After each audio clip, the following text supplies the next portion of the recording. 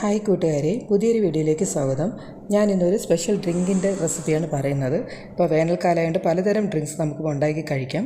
അപ്പോൾ ഏത് ഫ്രൂട്ട് വെച്ച് നമുക്ക് ഉണ്ടാക്കാം. ഇപ്പോൾ ഞാനിപ്പോൾ ഉണ്ടാക്കുന്നത് മസ്ക് മെലൺ അല്ലെങ്കിൽ നമ്മുടെ ഷമാം എന്ന് പറഞ്ഞ ഫ്രൂട്ട് കൊണ്ടാണ്. അപ്പോൾ അതിലെങ്ങനെയാണ് നമുക്ക് ഉണ്ടാക്കുന്നത് നമുക്ക് നോക്കാം. അപ്പോൾ ഈ ഡ്രിങ്ക് ഉണ്ടാക്കാനായിട്ട് ആദ്യം വേണ്ടത് ഒരു ടേബിൾ സ്പൂൺ പഞ്ചസാര, അതിലേക്ക് ഒരു 1-1.5 ടേബിൾ സ്പൂൺ കസ്കസും ഒന്ന് ഇട്ട ശേഷം അതിലേക്ക് ഒരു അര കപ്പ് വെള്ളം കൂടെ ചേർത്ത് നന്നായിട്ടൊന്ന് മിക്സ് ചെയ്ത് വെക്കണം. ഈ കസ്കസ് കുതിരാനായിട്ട് ഒരു 5 മിനിറ്റ് കൂടെ മാറ്റി വെക്കണം. അപ്പോൾ അതവിടെ ഇരുന്നോട്ടെ. ഇനി വേണ്ടത് ഷമാം എന്ന് പറയുന്ന ഫ്രൂട്ടാണ്, അല്ലെങ്കിൽ മസ്ക് മെലൺ. ഇതിൻ്റെ പകുതി ഞാനിപ്പോൾ എടുക്കുന്നുള്ളൂ കേട്ടോ. പിന്നെ വേണ്ടത് പാല്, പിന്നെ കസ്റ്റാർഡ് പൗഡർ, പിന്നെ നമ്മുടെ നട്ട്സ്, പിന്നെ വേണ്ടത് പഞ്ചസാര. ഞാൻ ഇപ്പോൾ എടുത്ത് വെച്ചിട്ടുണ്ട്, ആവശ്യത്തിന് എടുക്കാം കേട്ടോ. ഒരു ബൗളിൽ എടുത്ത് വെച്ചിരിക്കുന്ന പാല് ഒഴിക്കാം.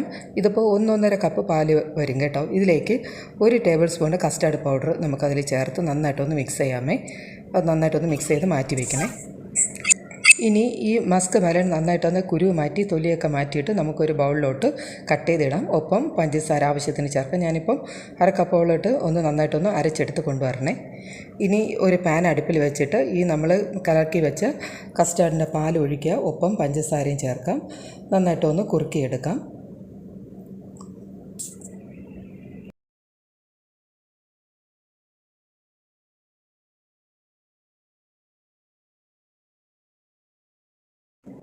നമ്മുടെ പാല് കുറുകി ഈ ഒരു കൺസിസ്റ്റൻസി ആകുമ്പോഴത്തേക്കും നമുക്ക് തീ ഓഫ് ചെയ്യാം. കസ്റ്റാർഡൊക്കെ ഏകദേശം നന്നായിട്ട് വെന്തിട്ടുണ്ട്. ഇനി നമുക്ക് ഒരു ബൗളിലോട്ട് ഇതിനെ മാറ്റാം. ഇനി ഇതിലേക്ക് അരച്ച് വെച്ചിരിക്കുന്ന ഷമാമിൻ്റെ ആ മിക്സ് കൂടെ ഇതിനകത്ത് ഒഴിക്കാവേ.